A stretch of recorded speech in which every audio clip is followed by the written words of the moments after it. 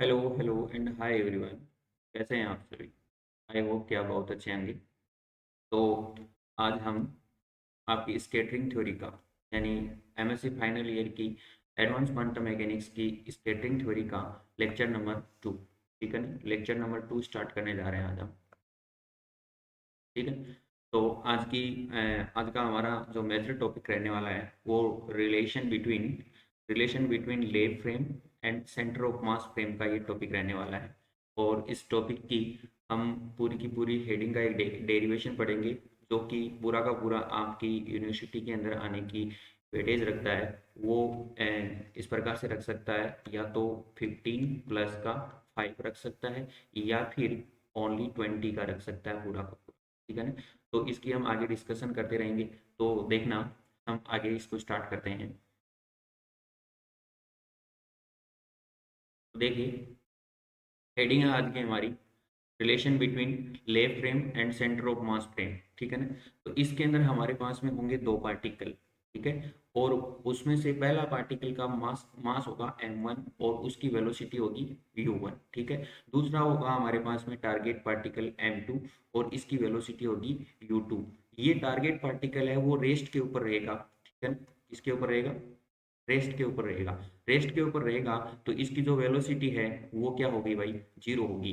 But ये जो incident particle है m1 मास का, m1 मास वाला, ये नॉट इक्वल टू जीरो वाली वेलोसिटी के ऊपर रहेगा। ठीक है ना? यानी कि इसकी कुछ ना कुछ वेलोसिटी, ये दोनों आपस में क्या करेंगे भाई? ये दोनों आपस में इंटरेक्ट करेंगे, और इंटरेक्ट करने के बाद में ये M1 नाम का पार्टिकल है या फिर M1 मास का पार्टिकल है, वो इधर की ओर थीटा 1 एंगल बनाते हुए स्केटर्ड हो जाता है और अपनी वेलोसिटी को u1 के रूप में इधर की ओर शो करता है।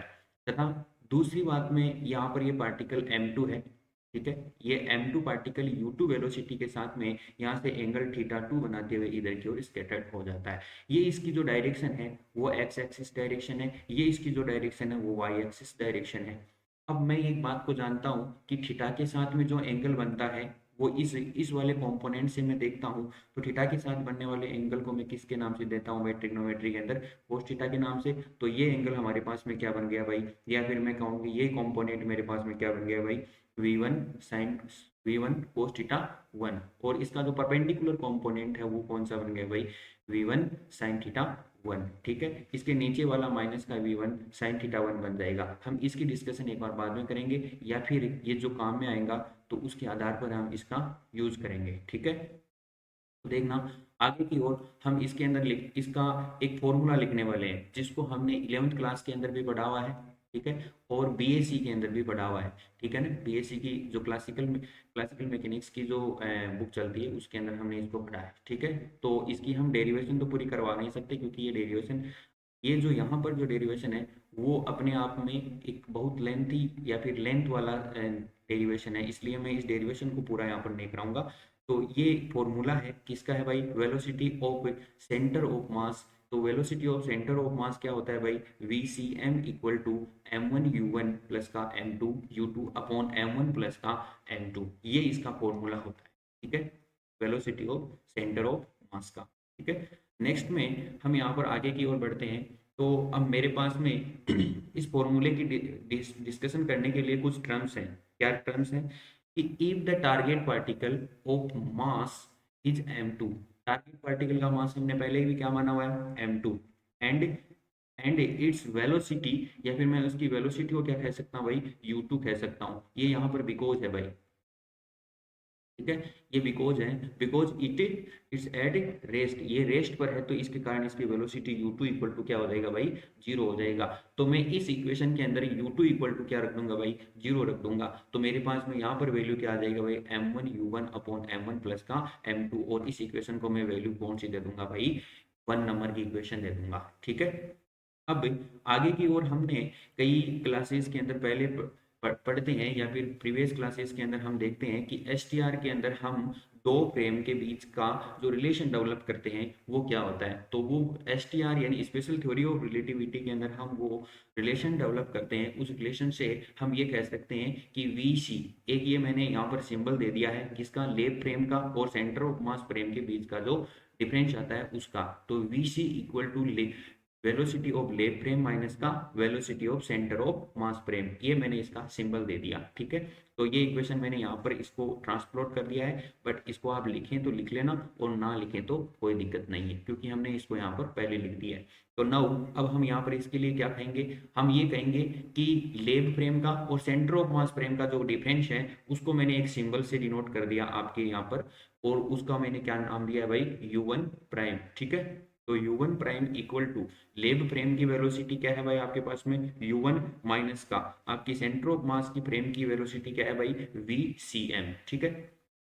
आगे बढ़ते हैं, इक्वेशन नंबर फर्स्ट से हम इसके अंदर क्या रख देते हैं भाई, वैल्यू रख देते हैं। तो वैल्यू रखते हैं तो हमारे पास में u1 prime equal to u1, ये है वैसा का वैसा आ गया, माइनस का vcm, vcm का वैल्यू मैं यहाँ से रखता हूँ कितने नंबर की इक्वेशन से, फर्स्ट नंबर की इक्वेशन से। तो मेरे पास में आ जाता है m1 u1 upon m1 plus का m2, ठीक है। तो मैं इस इक्वेशन का आगे की ओर क्या करता हूँ भाई, इधर की ओर एलसीएम ले लेता हूँ। तो एलसीएम ले लेता हूँ तो मेरे पास में आता है m1 प्लस का m2, m1 प्लस का m2। तो मैं इसका आगे की ओर सॉल्यूशन करता हूँ तो क्या आ जाता है, m1 u1 प्लस का m2 u2 माइनस का m1 u1, क्लियर है। नेक्स्ट में हम यहाँ पर इस इक्वेशन के अंदर से क्या देखते हैं भाई कि m1 u1 m1 u1 से प्लस वाली माइनस वाली टर्म से ये कैंसिल हो जाता है। तो मेरे पास में बचता क्या है भाई, u1 प्राइम इक्वल टू क्या बच जाता है भाई मेरे पास में, यहाँ पर बच जाता है m2 u1 upon m1 plus का m2। इस इक्वेशन को मैंने कौन सी इक्वेशन दे देनी है भाई, यहाँ पर सेकेंड नंबर की इक्वेशन दे देनी है, ठीक है। नेक्स्ट में आगे बढ़ते हैं, तो मैं यहाँ पर सिमिलरली यही कहता हूँ कि मेरे पास में जो दूसरी पार्टिकल की यानी रेस्ट वाले पार्टिकल या फिर टारगेट पार्टिकल की जो वेलोसिटी है वो, और सेंटर ऑफ मास वाली फ्रेम के अंदर जो पार्टिकल की वेलोसिटी है वो, उससे मैं इसका क्या निकाल लेता हूँ भाई, मैं एसटीआर से इसका फ्रेम का डिफरेंस निकाल लेता हूँ। तो u2 prime equal to u2 minus का vcm। तो वी नो दैट कि टारगेट मास वाला पार्टिकल है उसकी वेलोसिटी क्या कही है भाई हमने पहले भी, u2 कही है, और u2 इक्वल टू मैंने वेलोसिटी को किसके अंदर लिया है भाई, जीरो लिया है, because of it is at rest.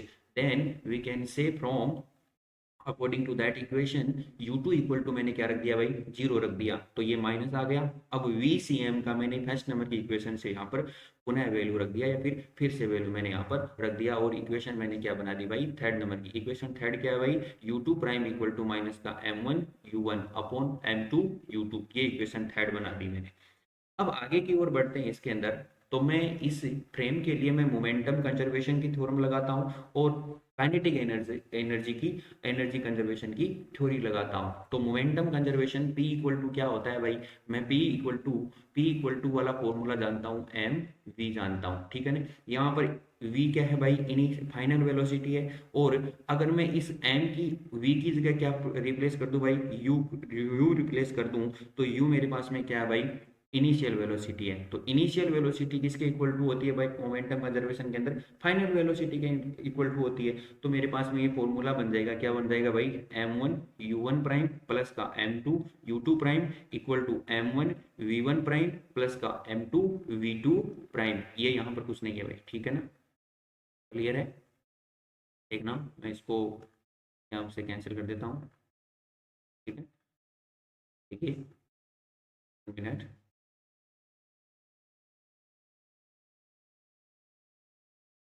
ये यहाँ पर कुछ भी नहीं है, आगे की ओर देखना। तो मैं यहाँ पर कहता हूँ कि बिफोर स्केटरिंग, तो स्केटरिंग के बाद में मैं क्या कहता हूँ भाई, देखो मोमेंटम कंजर्वेशन की थ्योरम होती है, उसके अंदर एक साइड वाला यानी एलएचएस साइड वाले के बराबर क्या होता है, आरएचएस वाली साइड होती है, ठीक है। तो एलएचएस वाली साइड को मैंने पहले यहाँ पर बात करनी है, और फिर आरएचएस वाली साइड के बारे में बात करनी है। तो मैं पहले इस साइड की बात कर लेता हूँ। तो मैं यहाँ पर कहता हूँ कि m1 u1 प्लस का m1 u1 प्राइम प्लस का m2 u2 prime equal to m1। अब u1 प्राइम का मैंने यहाँ पर पहले से ऊपर ऊपर की ओर वैल्यू रख रखा है, उस वैल्यू को मैं यहाँ पर क्या कर देता हूँ भाई, पुट कर देता हूँ, और वो वैल्यू क्या है भाई मेरे पास में, m2 u1 upon m1 plus का m2। ये यहाँ पर मेरे पास में क्या आ गया भाई, माइनस आ गया, क्यों, क्योंकि u2 का वैल्यू मैंने इसके अंदर यहाँ पर पुट करना है। तो ये माइनस माइनस रख दिया मैंने, m2 रख दिया, ठीक है। अब इस वैल्यू को यहाँ पर मेरे को क्या करना है भाई, पेस्ट करना है। तो m1 u1 upon m1 plus का m2, ठीक है। अब देखो m1 m2 m1 m2 u1 u1, ठीक है, m1 प्लस का m2, m1 प्लस का m2, ये पूरा का पूरा प्लस का है, ये पूरा का पूरा माइनस का है, ये इससे क्या हो जाता है भाई, कैंसिल हो जाता है, और यहाँ पर क्या बच जाता है आपके पास में, जीरो बच जाता है, ठीक है, समझ में आ गई बात। तो मैंने यहाँ पर क्या कहा है भाई, m1 u1 प्राइम प्लस का m2 u2 prime equal to क्या कहा है भाई, जीरो का है, किसके किसके आधार पर कहा है, u1 प्राइम का और u2 प्राइम का मैंने यहाँ पर वैल्यू पुट किया था, इस कारण से मेरे पास में ये मोमेंटम कंजर्वेशन की यहाँ पर वैल्यू आई है, ठीक है। देखना नेक्स्ट में यहाँ पर मैंने यही इक्वेशन कही है, ठीक है, ये इक्वेशन देख लो। नेक्स्ट में हम देखते हैं कि उस टर्म के अंदर आगे वाली टर्म को छोड़ा था मैंने, तो हमने क्या क्या कहना है यहाँ पर, m1 v1 प्राइम प्लस का m2 v2 prime equal to मैंने क्या कहना है भाई, जीरो कहना है, क्योंकि यही की यही बात यहाँ पर वापस आने वाली है। तो इसके आधार पर पहले वाली इस इक्वेशन के आधार पर मैं क्या कह दूंगा भाई, इस इक्वेशन के आधार पर मैं u2 प्राइम का वैल्यू निकाल देता हूँ। तो u2 प्राइम इक्वल टू, मैंने u2 प्राइम इक्वल टू कहा था, कहता हूं तो माइनस का यहाँ पर वैल्यू क्या आ जाता है भाई, माइनस का m1 u1 prime upon m2, ठीक है। और इसी के आधार पर मैं इस इक्वेशन के आधार पर ये कह देता हूँ v2 प्राइम की वैल्यू, क्योंकि ये हमको आगे चाहिए होंगी, ठीक है, कंपलसरी है ये इक्वेशंस निकालने के लिए, ठीक है। तो u2 prime equal to minus का m1 अपॉन m2 v1 का प्राइम, ठीक है। ये इस इक्वेशन को मैंने पूरी की पूरी इक्वेशन को क्या दे दिया, फोर्थ नंबर की इक्वेशन दे दिया। अब नेक्स्ट में आगे हम लगाते हैं इसके अंदर काइनेटिक एनर्जी कंजर्वेशन। तो काइनेटिक एनर्जी का वैल्यू क्या होता है भाई, 1/2 एम वी स्क्वायर। अगेन यहाँ पर v क्या है, फाइनल वेलोसिटी है, u को रिप्लेस कर देता हूँ तो इनिशियल वेलोसिटी हो जाती है। तो मैंने इसका फॉर्मूला क्या लिखा भाई, 1/2 m1 u1 प्राइम का स्क्वायर प्लस का 1/2 m2 u2 प्राइम का square equal to 1/2 m1 v1 prime का स्क्वायर प्लस का 1/2 m2 v2 प्राइम का स्क्वायर, ये लिख दिया मैंने इसको, ठीक है। मैं इस इक्वेशन के अंदर से ये इस टर्म में से इतनी टर्म में से 1/2 कॉमन ले लेता हूँ, और इतनी टर्म में से मैंने क्या कॉमन लेता हूँ भाई, 1/2 कॉमन लेता हूँ। तो 1/2 से 1/2 इक्वल में है, तो दोनों आपस में क्या हो जाएंगे, कैंसिल हो जाएंगे। तो मैंने यहाँ पर ये लिखना है कि m1 u1 प्राइम का स्क्वायर, m1 u1 प्राइम का स्क्वायर, ये लिख दिया मैंने। आगे की ओर क्या बचता है मेरे पास में, यहाँ पर बचता है m2, तो m2 लिख दिया मैंने। अब u2 प्राइम का स्क्वायर, ठीक है, u2 प्राइम का स्क्वायर, तो u2 प्राइम का वैल्यू मेरे पास में यहाँ पर पड़ा है इक्वेशन नंबर फोर्थ के अंदर। क्या पड़ा है भाई, ये वैल्यू पड़ा है मेरे पास में, कौन सा वैल्यू है भाई u2 प्राइम का वैल्यू मेरे पास में यहाँ पर पड़ा है क्या भाई, m1 u1 प्राइम और m2 u2 प्राइम। तो मैंने इस वैल्यू को क्या लिख देना है भाई, यहाँ पर इस वैल्यू को मेरे को यहाँ पर लिख देना है इसकी स्क्वायर की फॉर्म में, इक्वल टू, तो मैंने यहाँ पर क्या लिखना है भाई, v2 प्राइम का स्क्वायर लिखना है, तो v2 प्राइम का स्क्वायर लिखेंगे आप यहाँ पर, तो m1 v1 प्राइम का स्क्वायर प्लस m2 की फॉर्म लिख दी मैंने। और अब यहाँ पर क्या लिखा है मैंने भाई, v1 प्राइम का स्क्वायर, तो v1 प्राइम का स्क्वायर क्या लिखूंगा भाई मैंने यहाँ पर, m1 का स्क्वायर अपॉन m2 का स्क्वायर इंटू v1 प्राइम का स्क्वायर, ये वैल्यू रख दिया मैंने यहाँ पर। ये वैल्यू रखा तो मेरे पास में ये वैल्यू क्या आ गया भाई, ऊपर वाली इस इक्वेशन को सोल्व करता हूँ तो मैं यहाँ पर ये वैल्यू आ जाता है m1 v1 प्राइम का स्क्वायर प्लस का m1 स्क्वायर अपॉन m2। क्यों, क्योंकि m1 स्क्वायर की ये एक पावर से ये इधर की ओर कैंसिल हो जाता है, तो ये मेरे पास में वैल्यू आती है u1 प्राइम का square equal to m1 v1 prime का स्क्वायर प्लस m2 और m2 का स्क्वायर, ये इससे कैंसिल हो जाता है, तो m1 square upon m2 into v1 prime का स्क्वायर, ये वैल्यू मेरे पास में यहाँ पर आ जाता है। नेक्स्ट में हम यहाँ पर देखेंगे कि इस इक्वेशन में से, इस पूरी इक्वेशन में से मैं क्या कॉमन ले लेता हूँ भाई, मैं यहाँ पर इस इतनी टर्म में से ले लेता हूँ पहले, इतनी टर्म में से, ठीक है ना। तो ये टर्म है मेरे पास में m1 u1 प्राइम का स्क्वायर, इसमें से मैं कॉमन लेता हूँ, क्या बचता है मेरे पास में, वन प्लस का m1 upon m2 equal to m1 v1 prime का स्क्वायर, इसमें से मैं ये कॉमन ले लेता हूँ, ठीक है, ये कॉमन ले लिया मैंने इस इक्वेशन में से, m1 v1 प्राइम का स्क्वायर, और मैंने यहाँ पर ये कह दिया क्या भाई, 1 प्लस का m1 m2, ठीक है, 1 प्लस का m1 अपॉन m2, ये वैल्यू मैंने इसको यहाँ पर बोल दी है, ठीक है।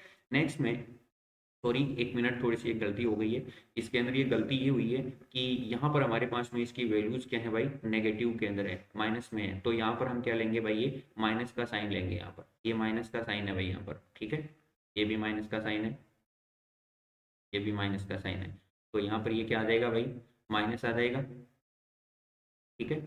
ये माइनस है यहाँ पर, सॉरी ये गलती हो गई इसको लिखने में, माफी चाहते हैं आपको।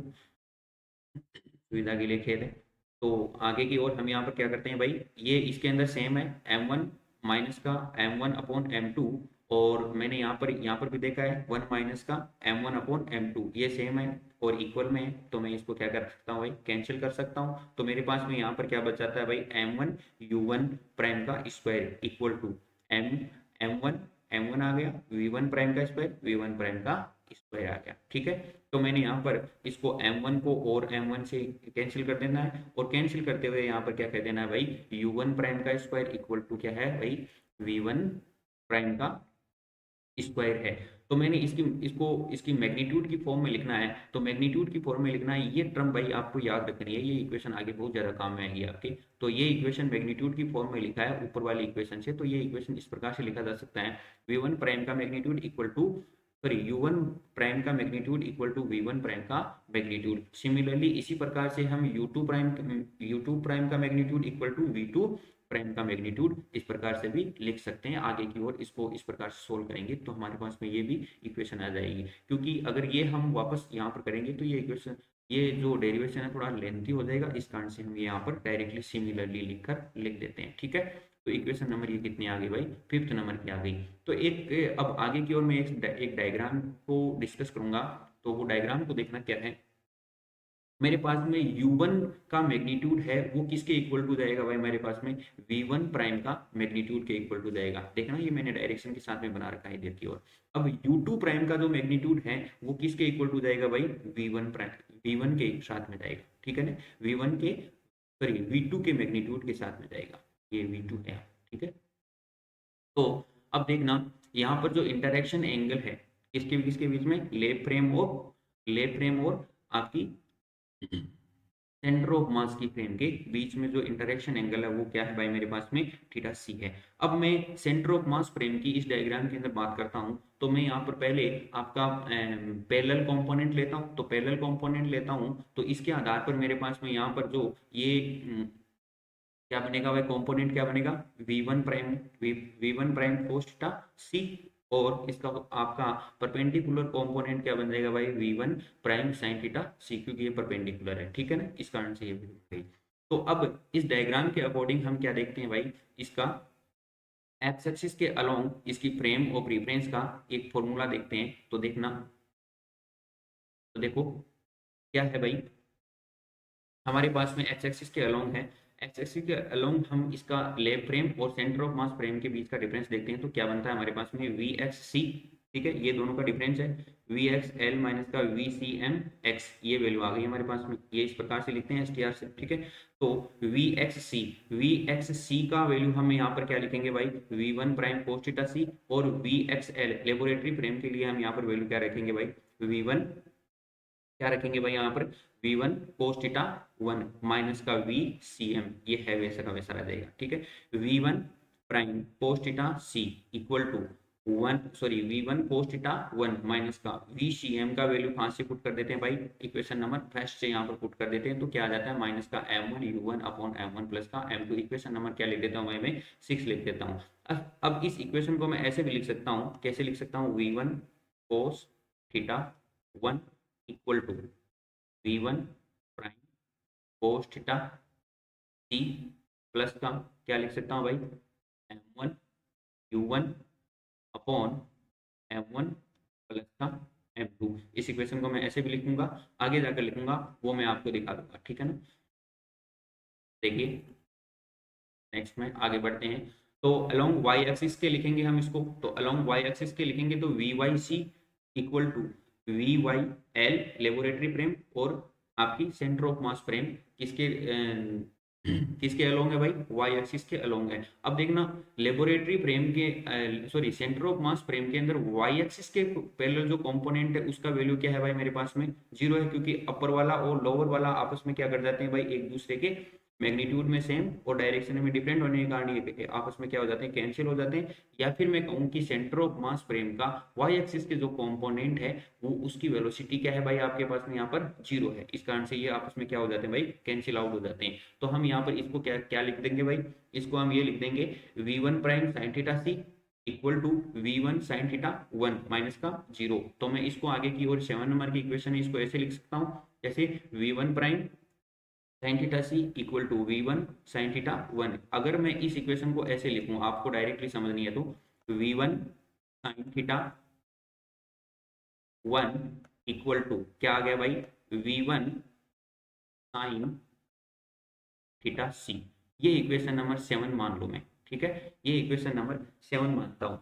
और मैंने इक्वेशन 6 को आपको पहले भी लिख के बताया है, यहाँ पर ऊपर की ओर लिख के बताया है, और उस इक्वेशन को मैंने 6 को कुछ इस प्रकार से यहाँ पर कहना है, ठीक है, क्योंकि मैंने V1 cos थीटा 1 को इधर की ओर लेकर आ गया और V1 प्राइम cos थीटा सी को इधर की ओर भगा दिया, तो इधर की ओर ये किसके अंदर आ गई भाई, प्लस के अंदर आ गई। अब मैं क्या कर देता हूँ भाई, 7th नंबर की इक्वेशन का और 6th नंबर की इक्वेशन का आपस में क्या कर देता हूँ भाई, यहाँ पर डिवाइड कर देता हूँ। तो डिवाइड करता हूँ तो मेरे पास में किस प्रकार की वैल्यूज आती है, देखना,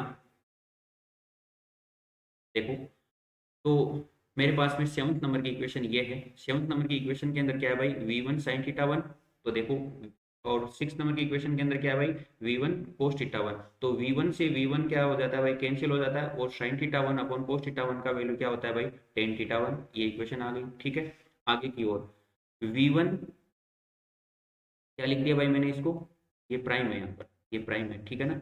V1 प्राइम साइन थीटा सी, V1 प्राइम साइन थीटा सी, 7th नंबर की इक्वेशन लिख रहा हूँ यहाँ पर ऊपर की ओर मैंने, अपॉन क्या लिख दिया भाई मैंने, V1 cos theta C plus का M1 U1 upon M1 plus का M2, ये इक्वेशन लिख दी, क्लियर है। नेक्स्ट में इस इक्वेशन के अंदर क्या देखते हैं हम, टेन थीटा 1 इक्वल टू क्या आ गया भाई यहाँ पर, V1 प्राइम साइन थीटा सी। इस इतनी टर्म के अंदर से देखो, इस इक्वेशन में से या फिर नीचे वाले टर्म में से मैं क्या कॉमन ले लेता हूँ भाई, V1 प्राइम कॉमन ले लेता हूँ। तो यहाँ पर क्या बचाता है भाई, cos थीटा सी प्लस का M1, ठीक है, M1 लिख दिया मैंने, अपॉन M1 प्लस का M2 इंटू, ठीक है, ये इंटू है, ठीक है, U1 अपॉन, अब मैंने V1 प्राइम को कॉमन लिया है तो नीचे की ओर आ जाता है V1 प्राइम, ठीक है, मैंने इसको इस प्रकार से लिख दिया है, ठीक है। अब अगेन मैं इसको क्या कर देता हूँ भाई, V1 प्राइम से V1 प्राइम को ऊपर नीचे से मैं इसको कैंसिल आउट कर देता हूँ, तो मेरे पास में इक्वेशन बच जाती है tan theta 1 equal to sine theta C upon cos theta C plus का M1 अपॉन M1 प्लस का M2 into U1 upon V1 prime बच जाता है। तो देखो हम पीछे कुछ काम करके आए हैं, वो काम क्या है भाई, आपस में ये U1 का प्राइम और V1 का प्राइम, ठीक है, और इनके जो मैग्नीट्यूड हैं वो आपस में क्या होते हैं भाई, इक्वल होते हैं। तो V1 prime equal to U1 prime कह सकता हूँ मैं, वी नो दैट, पीछे हमने इसको सोल्व करके आए हैं एनर्जी कंजर्वेशन और मोमेंटम कंजर्वेशन के आधार पर, ठीक है। तो मैं यहाँ पर इसको इस इक्वेशन को ऐसे भी लिख सकता हूँ, U1 upon V1 prime equal to, ये दोनों इक्वल हैं तो मैं इसको ऐसे भी लिख सकता हूँ, U1 अपॉन U1 प्राइम, ठीक है। अब U1 प्राइम का इक्वेशन नंबर में 2 से जानता हूँ वैल्यू कितना होता है भाई, M1 sorry M2 U1 upon M1 plus का M2, ये वैल्यू रख दिया मैंने, ठीक है। U1 का U1 यहाँ पर एक जगह पर रखा हुआ है, तो U1 से U1 को मैं क्या कर देता हूँ भाई, कैंसिल आउट कर देता हूँ, तो क्या बच जाता है मेरे पास में, U1 upon V1 prime equal to M1 plus का M2। इस इक्वेशन को मैं किसके अंदर पुट कर देता हूँ भाई, इस इक्वेशन के अंदर पुट कर देता हूँ, और इस इक्वेशन के अंदर पुट करता हूँ तो इसके लिए मैंने यहाँ पर बात भी कह रखी है कि put that's in last equation. इस इक्वेशन को मैं किसके अंदर पुट कर देता हूँ भाई, लास्ट इक्वेशन के अंदर पुट करता हूँ, तो मेरे पास में क्या आ जाता है भाई, tan theta C equal to sine theta C upon cos theta C plus का M1 अपॉन M1 प्लस का M2 इंटू M1 प्लस का M2 अपॉन M2, ठीक है ना। M1 प्लस का M2 से M1 प्लस का M2 कैंसिल आउट हो जाता है, और टेन थीटा 1 इक्वल टू क्या आ जाता है भाई, साइन थीटा सी अपॉन क्या आ जाता है भाई, cos थीटा सी प्लस का M1 अपॉन M2। आगे की ओर मैं इस ये डेरिवेशन यहाँ पर इसको मैं आगे की ओर बढ़ाता हूँ, तो ये इक्वेशन क्या बताता है भाई हमको, ये बताता है कि ट्रांसफॉर्मेशन करना है हमको, किस से किसके अंदर, laboratory sorry centre of mass frame से किसके अंदर जाना है हमको, लेबोरेटरी फ्रेम के अंदर, या फिर लेबोरेटरी फ्रेम से हमको किसके अंदर जाना है भाई, सेंटर ऑफ मास की फ्रेम के अंदर जाना होता है। तो हमने इसको ट्रांसफॉर्मेशन के आधार पर ये कहा कि 1 को तो मैं रिप्लेस कर देता हूँ किससे भाई, एल से रिप्लेस कर देता हूँ, और ये और पूरी इक्वेशन है वैसे की वैसे रख देता हूँ, क्योंकि मैंने सेंटर ऑफ मास वाली फ्रेम का यहाँ पर वैल्यू अब ऑलरेडी लिख के ले आ रहा हूँ, ठीक है। तो tan theta L equal to sine theta C upon cos theta C plus का 1 M1 अपॉन M2, ये इक्वेशन मेरे पास में बन गया। अगर ये इक्वेशन या फिर मैं कहूँ कि ये डेरिवेशन आपको 50 15 प्लस का 5 की फॉर्म में देता है तो आपको 15 नंबर का यहाँ तक देगा, ठीक है। अब 5 नंबर का आगे देगा, उस डेरिवेशन के अंदर आपको क्या करना होगा उसको देखना। तो उसके उसको देखने के लिए हमको इसी इक्वेशन के अंदर क्या लगाना पड़ेगा भाई, एक इंपॉर्टेंट केस स्टडी को शो करना पड़ेगा यहाँ पर। तो इंपॉर्टेंट केस स्टडी क्या हो सकती है, इमेजिन कीजिए एक बार। तो शायद आपने इमेजिन किया होगा कि इसके अंदर कुछ इक्वल टू होने वाली चीजें दिख रही होंगी। तो मैं यहाँ पर कह सकता हूँ कि mass of m1 particle equal to क्या हो सकता है भाई, m2 पार्टिकल। तो इसकी जगह मैं क्या रख दूंगा भाई यहाँ पर, m1 अपॉन m1, 2 की जगह क्या रख देता हूँ भाई, 1 रख देता हूँ। तो ये आपस में कट जाते हैं, यहाँ पर वैल्यू क्या आ जाती है इसकी, 1 आ जाती है। तो मैं tan theta L equal to sine theta C upon cos theta C plus का यहाँ पर क्या रख देता हूँ भाई, 1 रख देता हूँ। तो देखो मैंने इस इक्वेशन को एग्रीली यहाँ पर सोल्व कर रखा है। तो इंपॉर्टेंट केस के अंदर इसको देखेंगे हम, if m1 equal to m2 then हमने क्या कहा है भाई, tan theta L equal to sine theta C upon cos theta C plus का 1। इस इक्वेशन को मैंने यहाँ पर लिख रखा है। अब साइन थीटा का एक फॉर्मूला जानते हैं, 2 sine theta by 2 cos theta by 2, ठीक है। दूसरा कोस थीटा प्लस का 1 का फॉर्मूला आप जानते हैं क्या होता है भाई, 2 कोस स्क्वायर थीटा बाई 2। इस इक्वेशन को या फिर इस वैल्यू को पुट कर देता हूं मैं किसके अंदर, इस इक्वेशन के अंदर पुट कर देता हूं। तो मैं पुट करते ही मेरे पास में इक्वेशन क्या आ जाती है भाई, देखना मेरे पास में इक्वेशन आती है, tan theta L equal to 2 sine theta C by 2 cos theta C by 2 upon 2 cos square theta C by 2, ठीक है। 2 से 2 कैंसिल हो जाता है और इसकी पावर से ये कैंसिल हो जाता है। तो मेरे पास में ये इक्वेशन आ जाती है, sine theta C by 2 cos theta C by 2 equal to sine theta upon cos theta का वैल्यू मेरे पास में क्या होता है भाई, टेन थीटा होता है। और थीटा थीटा सी बाई 2 है तो थीटा सी बाई 2 मैंने यहाँ पर इसको यहाँ पर लिख दिया है। मैंने टेन थीटा एल, तो टेन थीटा के अंदर से टेन को मैंने इधर की ओर ट्रांसपोर्ट करना है, तो ये इधर की ओर जाकर क्या बन जाएगा भाई, इनवर्स फंक्शन बन जाएगा। तो इनवर्स के अंदर आ गया, यानी कि tan theta sorry theta L equal to tan tan inverse tan theta C by 2। तो इससे ये आपस में क्या हो जाएगा भाई, कैंसिल हो जाएगा। तो theta theta L equal to यानी लेबोरेटरी फ्रेम का एंगल है वो किसके इक्वल टू है भाई, सेंटर ऑफ मास की फ्रेम के 1/2 यानी या फिर 1/2 के इक्वल है, ठीक है। तो इस इक्वेशन के आधार पर हम यहाँ पर क्या कह सकते हैं, हम ये कह सकते हैं कि they are not equal to in centre of mass frame and lab frame in differential cross section. तो जब हम स्केटरिंग की बात करते हैं तो स्केटरिंग के अंदर जब हम लेब फ्रेम के अंदर और आपके सेंटर ऑफ मास फ्रेम के अंदर स्केटरिंग करवाते हैं तो वो उसके जो एंगल्स के अंदर जो डेविएशन ऑफ पार्टिकल्स या फिर deviation of mass of m1 and m2 mass particles का डेविएशन होता है, उसके अंदर उसका वैल्यू इक्वल टू नहीं आता है। तो क्या आता है, वो वैल्यू आता है आपकी लेबोरेटरी फ्रेम का एंगल है वो सेंटर ऑफ मास की फ्रेम से, यानी कि क्या आता है भाई, 2 थीटा एल इक्वल टू क्या आ जाता है भाई, theta centre of mass frame. या तो ये आता है या फिर ऊपर की ओर ये इक्वेशन लिख रखी है ये आता है, यानी कि सेंटर ऑफ मास की फ्रेम का जो वैल्यू है वो लेबोरेटरी फ्रेम की मास के वैल्यू से क्या है भाई, 1/2 है, ठीक है ना। या फिर लेबोरेटरी फ्रेम के अंदर एंगल का जो वैल्यू है वो सेंटर ऑफ मास की फ्रेम की वैल्यू से क्या है भाई, डबल है, ये वैल्यू आता है, ठीक है। तो आज का ये डेरिवेशन आपका यहीं पर कंप्लीट होता है। और इस डेरिवेशन को आप पहले पूरा का पूरा वीडियो को देखिए और समझिए और फिर ध्यानपूर्वक इसके नोट्स बनाइए। इसमें से ये क्वेश्चन आएगा तो ये जो मैंने इंपॉर्टेंट केस स्टडी के रूप में बनाया ये 5th नंबर का या फिर 5 नंबर का क्वेश्चन आ सकता है यहाँ पर, ठीक है। तो आज के लिए आपके लिए इतना ही और मिलते हैं नेक्स्ट वीडियो के अंदर।